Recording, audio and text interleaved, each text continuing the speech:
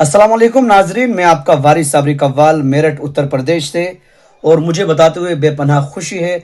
अल्हम्दुलिल्लाह मैं हाजिर हो रहा हूँ आने वाली 3 जनवरी 2026 13 रजब के दिन जहीराबाद ईदगाह पर सरकार हजरत सैयद अब्दुल अजीज कादरी शहीद बगदादी रहमतुल्लाह अलैह के आस्ताना मुबारक पर सरकार के आस्ताना मुबारक पर मैं पहली मर्तबा हाजिर हो रहा हूँ।